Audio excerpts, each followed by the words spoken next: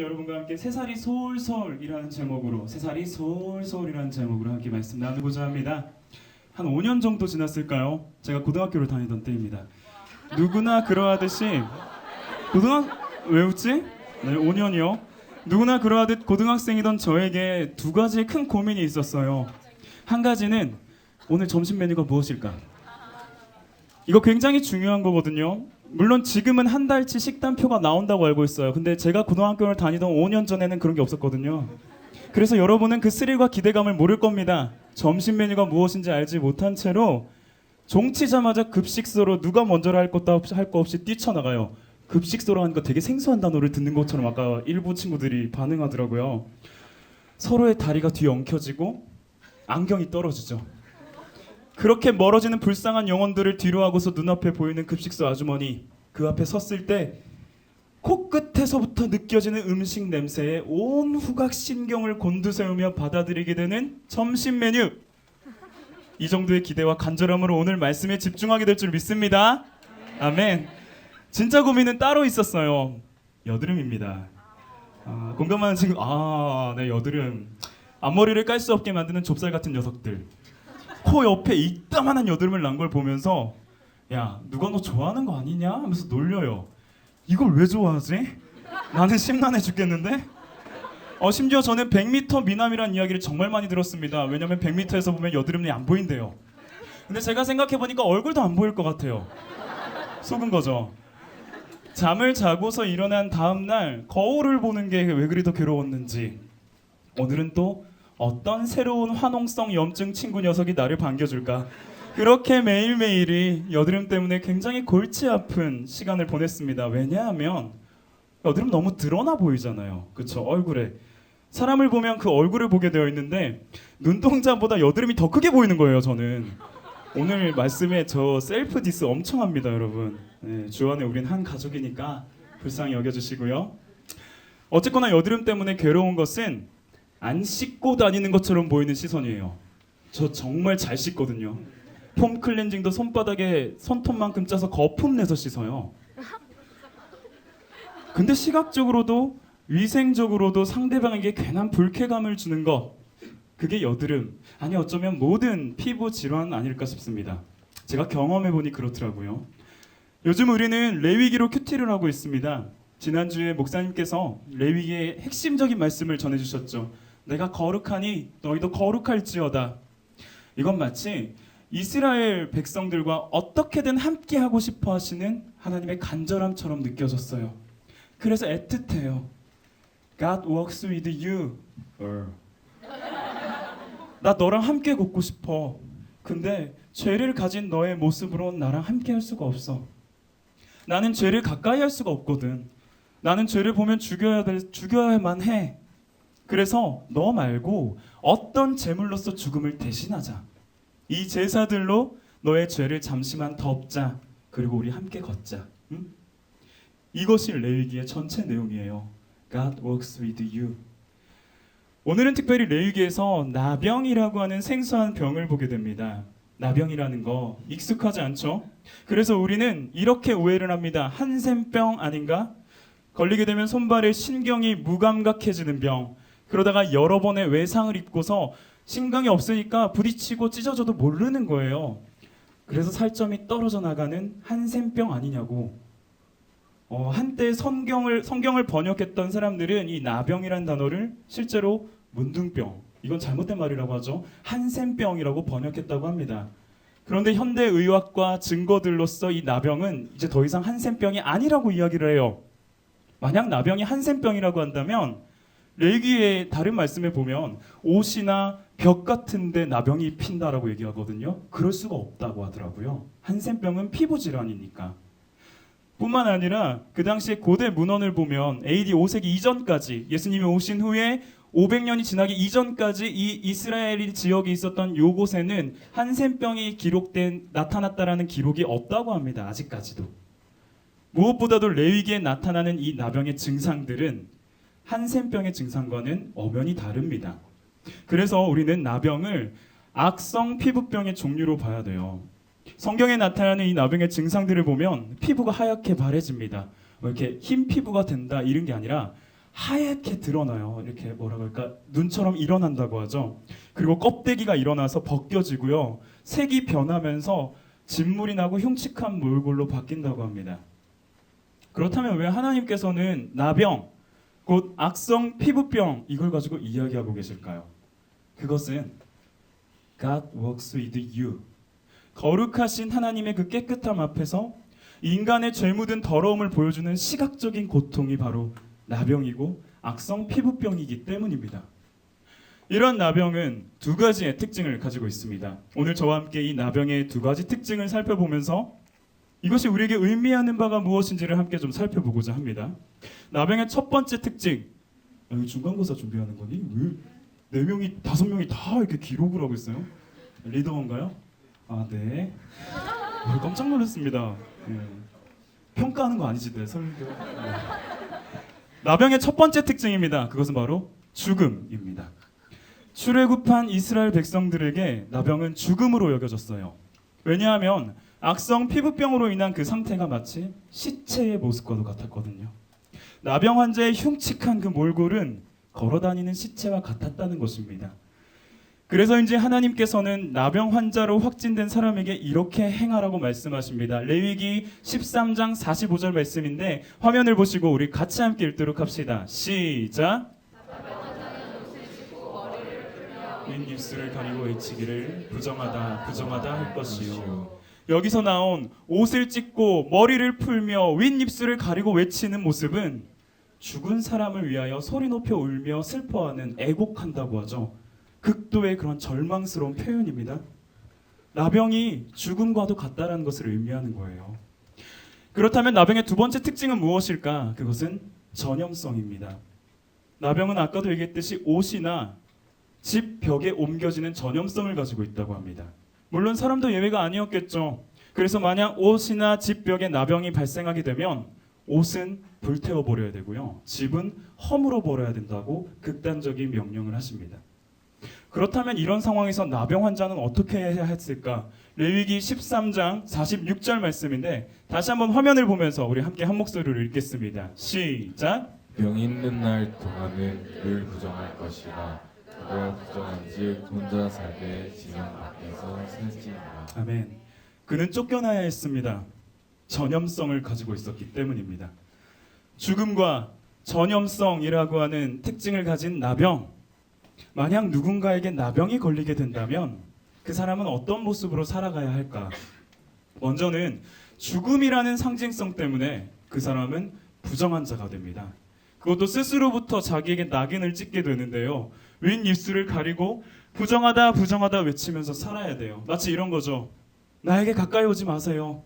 나는 더럽습니다. 나는 추악합니다. 나는 쓰레기입니다. 나는 냄새나고요. 나는 오염된 사람입니다. 우리가 아까 레위기가 무엇을 의미한다고 이야기했을까?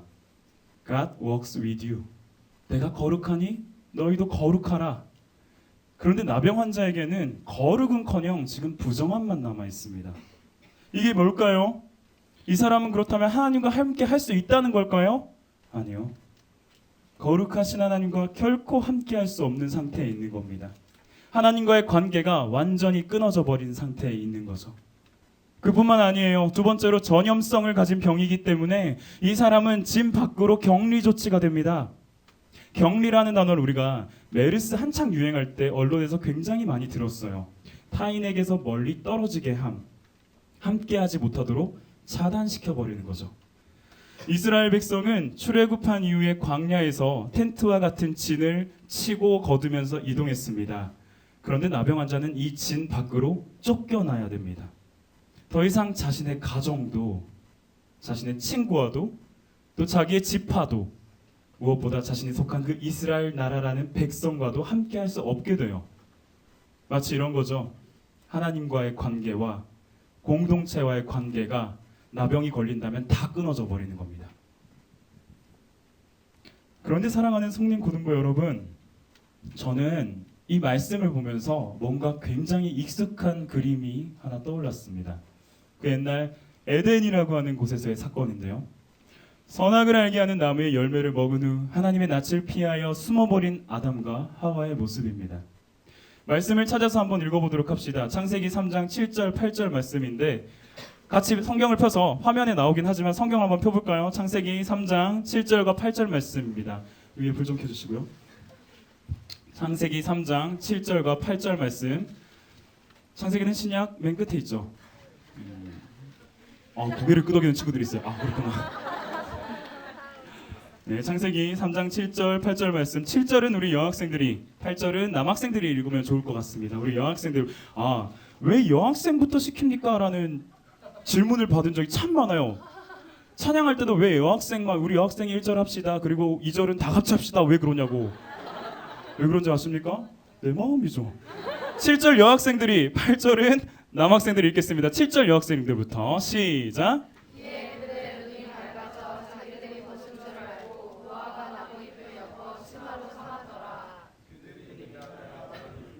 동산에 거니시는 여호와 하나님의 소리를 듣고 아담과 그의 아내가 여호와 하나님의 낯을 피하여 동산 나무에 숨은지라. 아멘. 창조주이신 하나님께서 피조물된 아담과 하와에게 마땅히 이렇게 명령을 하세요. 다른 건 너희 마음대로 다 줄 거고 너 마음대로 다 즐겨도 좋다. 근데 선악을 알게 하는 나무의 열매만은 먹지 말자. 그건 내가 너의 하나님인 것을 증명하는 거거든. 이 명령이 너와 나의 기본적인 관계를 만들어주는 거거든.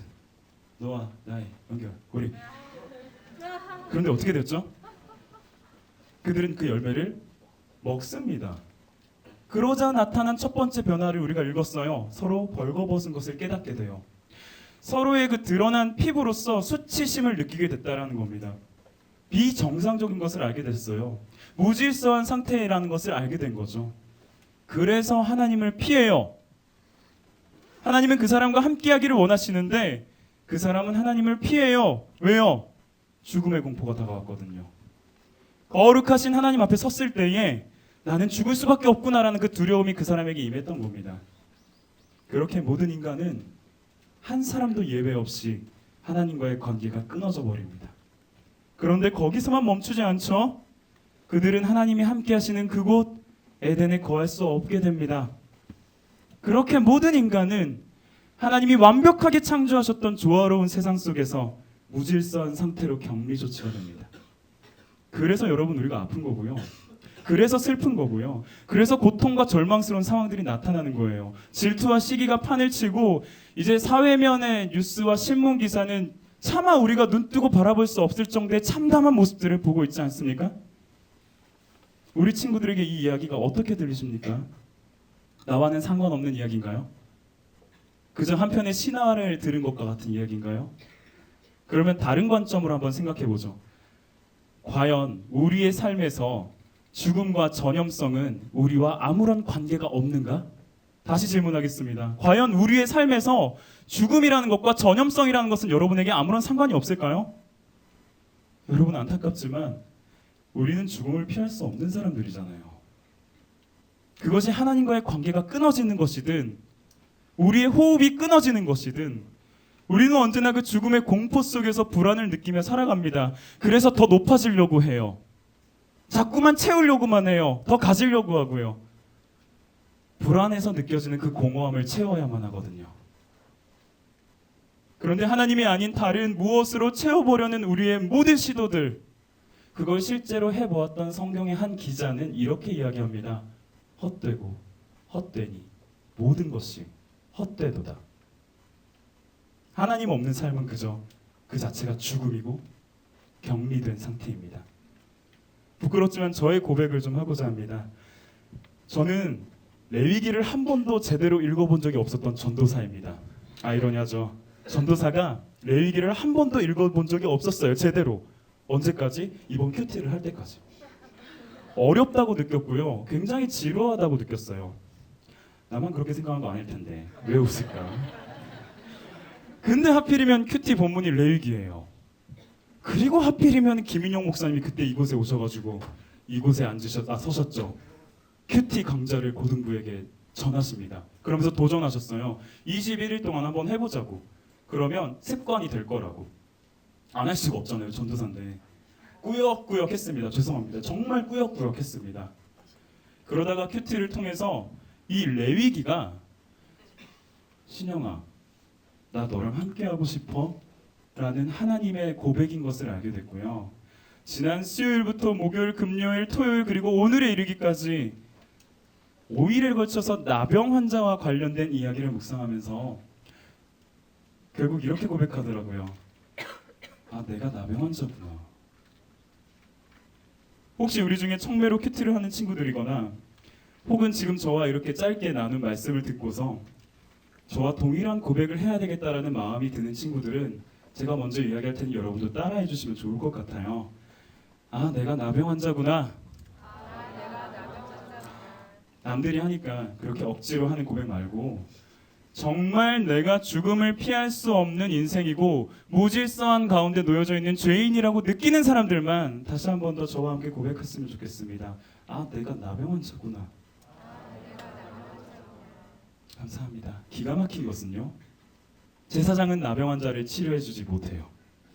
제사장에게는 나병 환자를 치료할 만한 능력이 없어요. 그저 진찰만 할 뿐입니다. 나병 환자에 대한 치료는 오직 하나님만 하실 수 있습니다. 그래서 나병 환자의 회복은, 나병 환자가 낫는 것은 부인할 수 없는 하나님의 은혜였던 거예요. 그리고 놀라운 것은 그 은혜가 우리에게 예수님으로 나타났습니다. 우리는 죄로 인해서 죽음에서 벗어날 수 없는 사람들이거든요. 우리는 하나님과의 관계가 끊어져 버려서 하나님 없이 죽음과도 같은 이러한 삶을 살아야만 했거든요. 그런데 하나님은 그 수많은 레위기에 기록된 제사들과 제물들을 다 뒤로 하시고 오직 예수님 단 하나의 제물 되심을, 단 한 번의 제사 되심을 받아주세요. 그래서 God walks with you.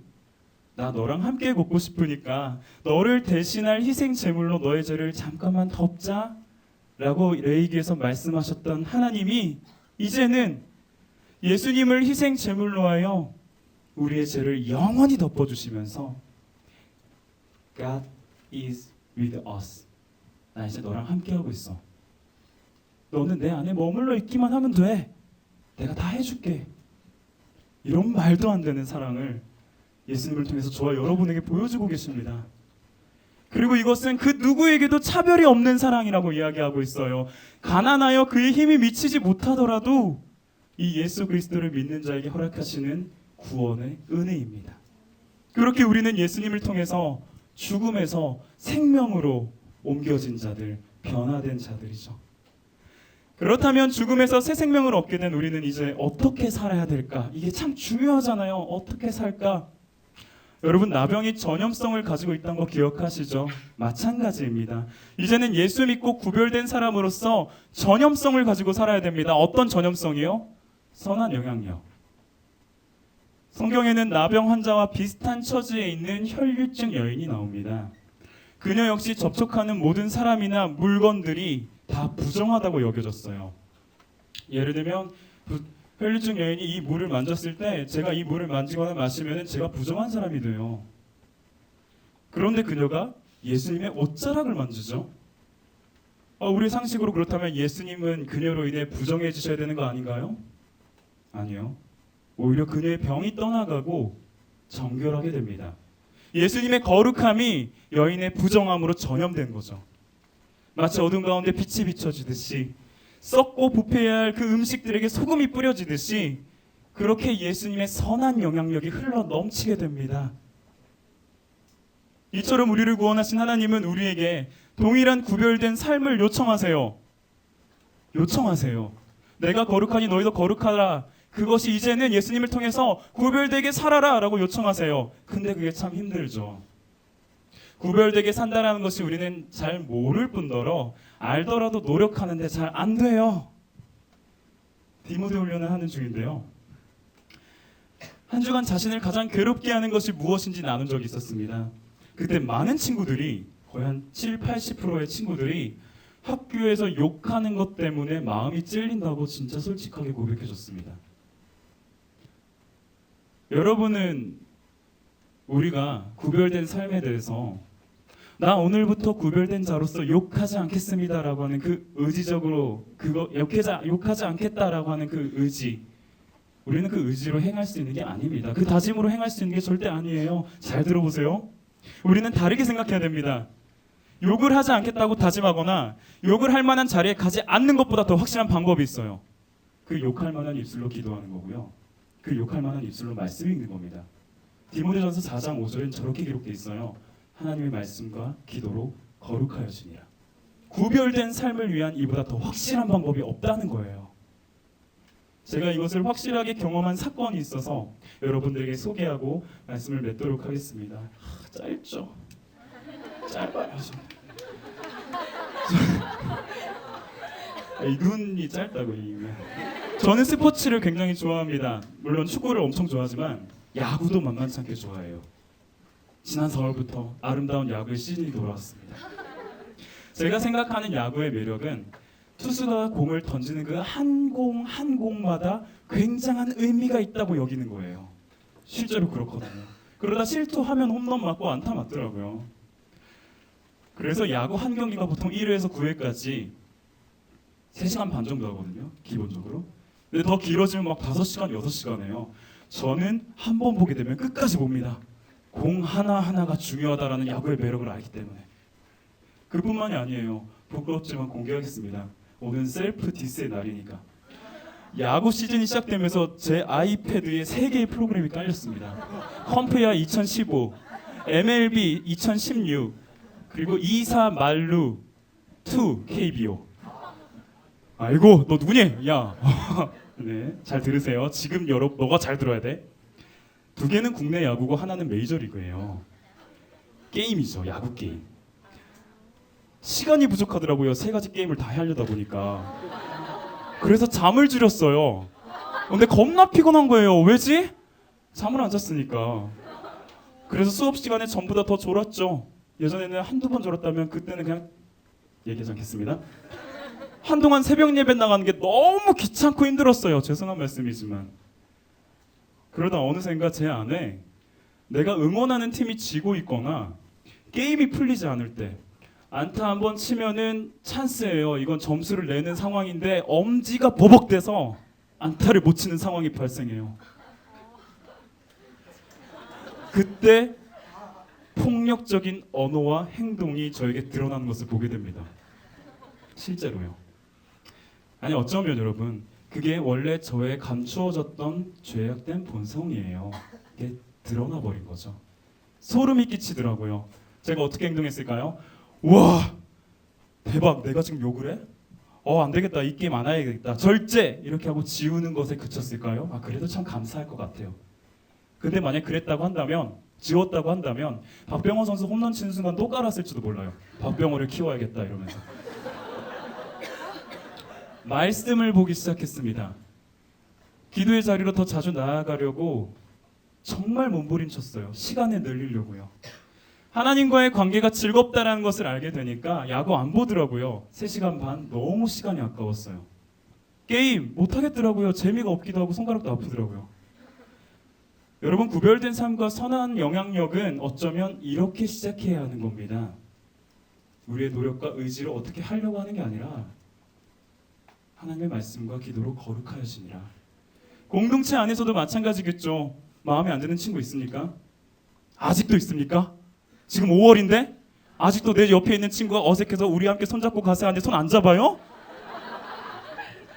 여러분 그 친구 씹고 다닐 입술로 우리 기도하자고요. 아픈 사랑, 바보 사랑. 우리는 우리의 의지로서 구별된 삶, 선한 영향력 결코 못 사는 그런 사람들입니다. 그래서 내게 주시는 능력 주시는 분께 구하는 겁니다. 성령님이 그런 분이시거든요.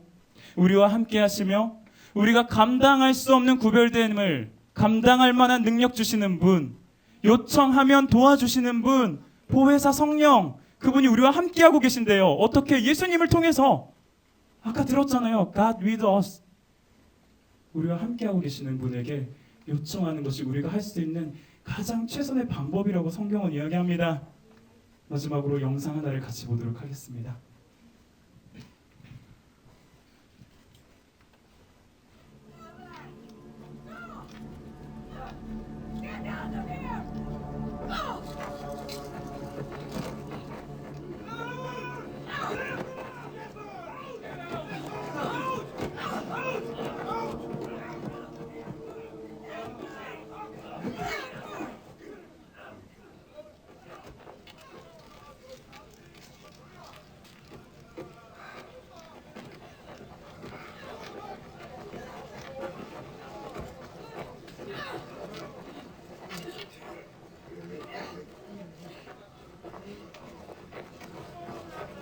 going to do it.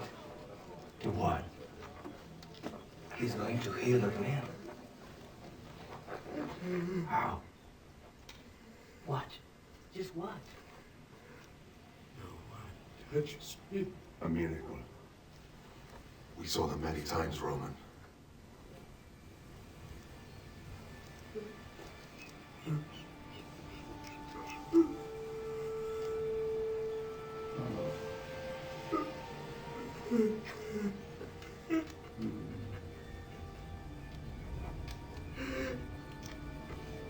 Do you have faith? Come, stand.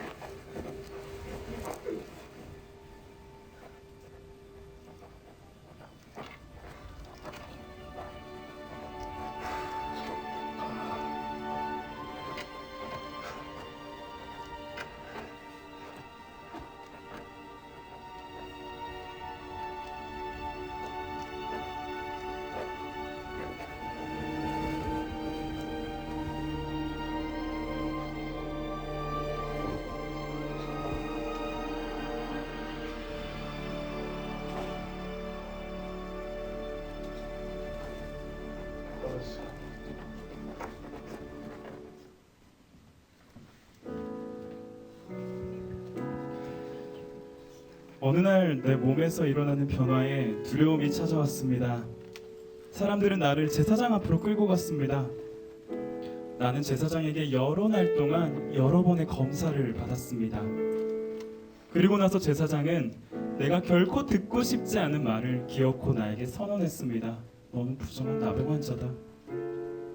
슬픔을 느낄 만한 겨를도 없었습니다. 옷을 찢고 머리를 풀고 윗 입술을 가리며 외쳤습니다. 나는 부정합니다. 나는 부정합니다. 나는 이제 이 집 밖으로 나갈 수밖에 없습니다. 내 사랑하는 가족들, 내 친구들, 모든 사람들을 뒤로하고서 나는 부정한 사람이기에 집 밖을 떠나야 합니다. 매일같이 나는 광야를 헤맸습니다.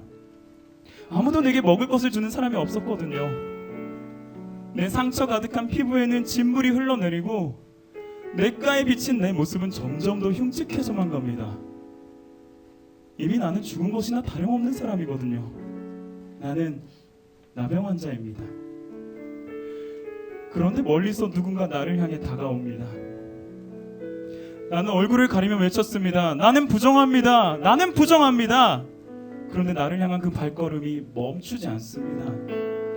나는 얼굴을 들 수조차 없었습니다. 나의 부정하다라는 그 외침은 허공에 울려 퍼지는 메아리일 뿐이었습니다. 어느덧 그 발걸음이 내 앞에 멈춰 섰습니다. 그리고는 누구도 손대지 못하는 나의 그 흉측한 몰골을 끌어안습니다.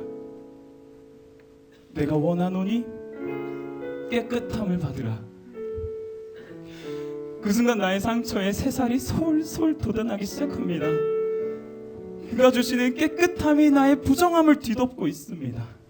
추하고 더러운 나의 나병이 어린아이와 같은 피부로 변화되어져 갑니다. 그분의 품 안에서 내가 나음을 얻었습니다. 나는 죽었다가 다시 살아났습니다. 나의 가정으로 돌아가고요, 나의 친구들에게로 돌아갈 수 있게 됐습니다. 부정하다고 외쳤던 나의 입술에서는 이제 다른 외침이 울려 퍼집니다. 그분이 나를 고치셨고 그분이